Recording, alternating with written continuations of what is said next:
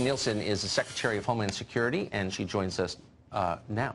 Ms. Secretary, thanks very much for coming on tonight. My pleasure. So what is the executive branch doing now to fix this? Well, you probably don't have enough time for me to tell you all the things. I mean, look, just as you said at the top of your introduction, the president predicted this as a candidate. He predicted this before he was a candidate.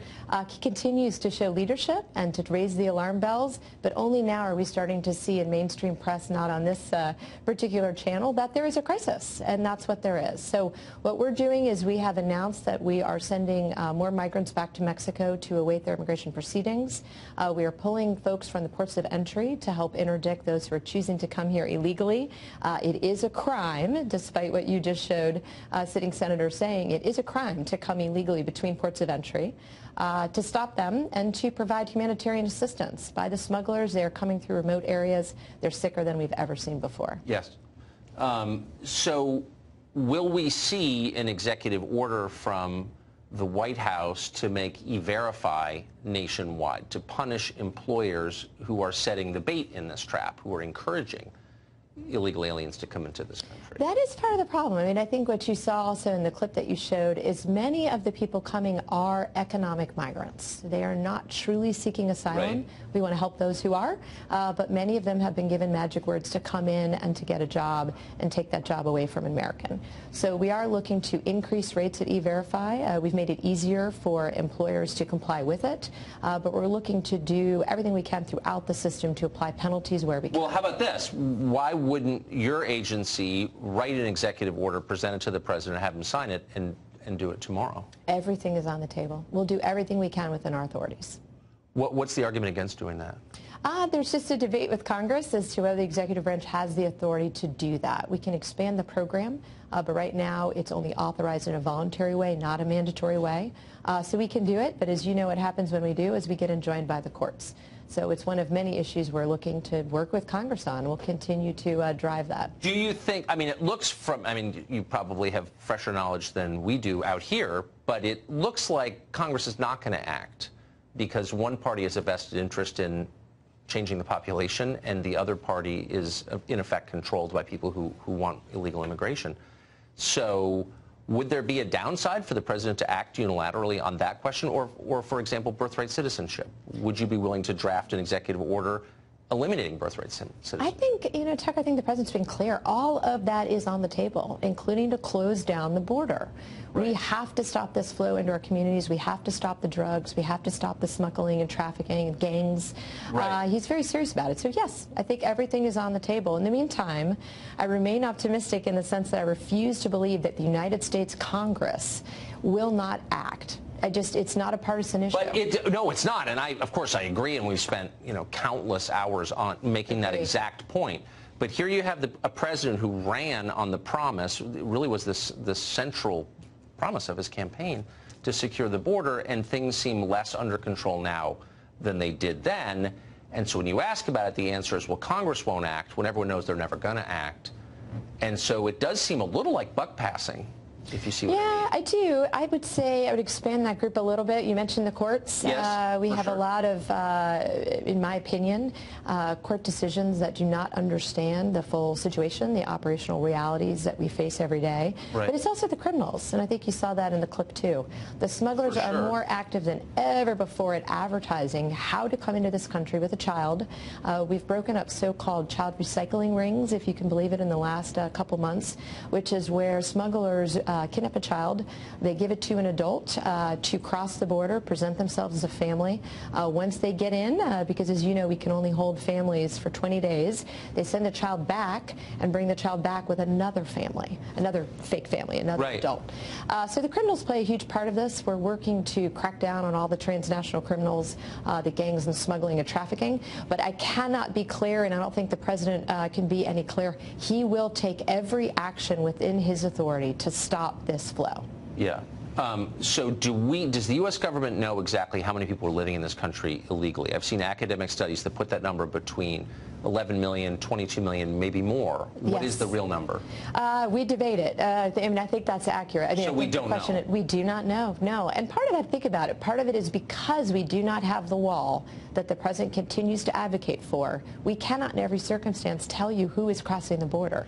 We have a much better handle. You run a law enforcement agency. I do. You have many roles, but, but it's law enforcement. The largest law enforcement agency in the country. Yeah. That's right. Probably the world, actually. Yeah, probably. So that must be a grave concern to you, that we potentially have more than 10 million people here whose identities we don't know, could be over 20, whose identities we don't know, and like they could be anybody. Yes. And so why is that not the single most pressing problem the country has? In my opinion, right now, this is one of, if not the biggest crisis this country has faced in a decade. Truly. I mean, the security aspects of this, the humanitarian aspects of this have got to be addressed. So I agree with you. This is at the very top of our list at DHS. We've announced today that we're now treating this like a massive Cat 5 hurricane disaster. We are bringing all of the interagency together. We're asking everybody to chip in. We need to surge down as many resources as we can to the border. But Congress needs to look at this as a hurricane too, right? Where is the supplemental? Where are the additional authorities? Of course. Where is the way to address this? But I mean, I've covered hurricanes and natural disasters, and you see men in uniform with rifles. You see the National Guard there. Yep. I read a bunch of background quotes from flag officers in the United States military who said that's a frivolous duty for us. We've got a real duty is over in Syria or whatever, some other country.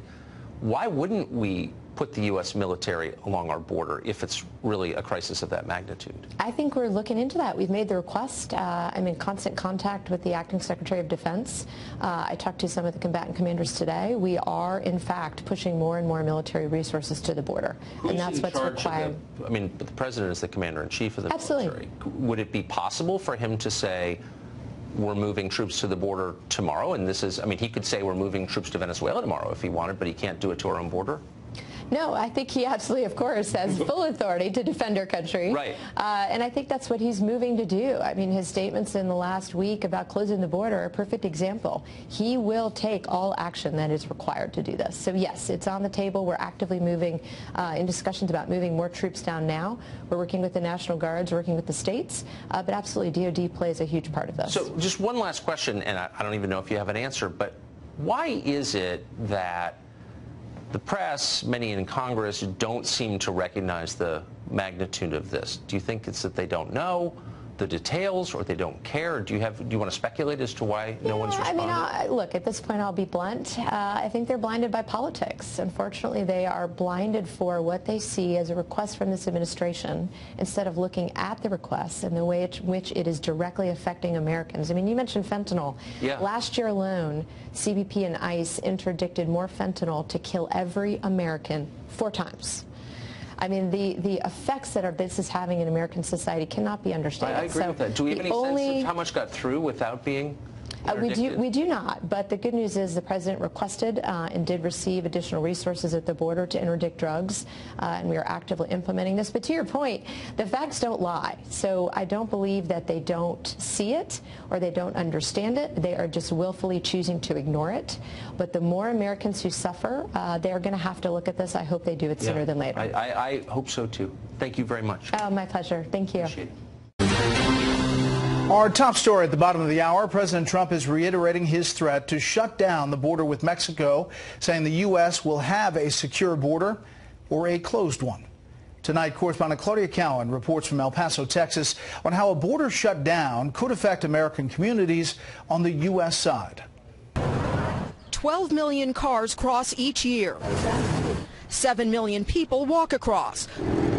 But what if all that stopped? It gives me heartburn.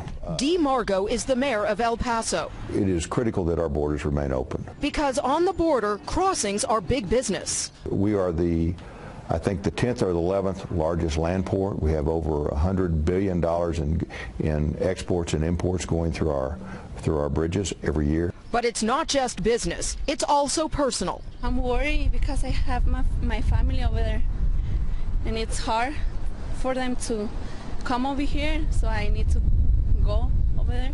A closure could also disrupt $137 billion in food imports. One distributor in Arizona says his livelihood and jobs are on the line. I actually sent out a memo today, to my sales staff and my buyers saying, hey, this is something that we need to address, make sure that we're staying ahead of the curve, making sure that we have enough product in here because we don't know what's going to happen. But the executive director of El Paso's Republican Party says that while a temporary closure would cause a lot of inconvenience and possibly higher prices for consumers, it would send a strong message to federal lawmakers in northern industrial states. It's what the president has to do to get the people in Congress to do something. Running out of avocados is one thing in the supermarket, but when you have automobile production plants in the U.S. that are shutting down because they don't have steering wheels, and you have hundreds of thousands of people laying off, then Congress might say we better do something about fixing this situation. And for people who have to cross the border every day, a solution to this issue cannot come fast enough. With fewer officers working at immigration checkpoints and these international bridges, it means longer waits to cross, more than 3.5 hours in some cases, Brett, to cross over the border. Back to you. Claudia Cowan along the border in El Paso. Thank you.